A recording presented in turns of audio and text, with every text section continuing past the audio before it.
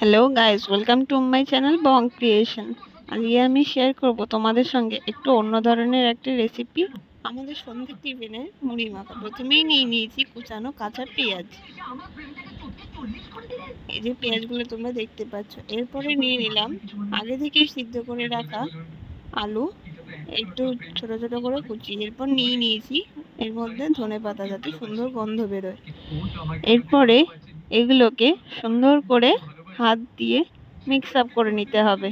এই যে দেখতেই পাচ্ছ কিভাবে তোমরা মাখবে। পেঁয়াজগুলোকে সুন্দর করে ছাড়িয়ে সবগুলো যাতে সুন্দর করে মিক্স হয় সেভাবে মেখে নিতে হবে।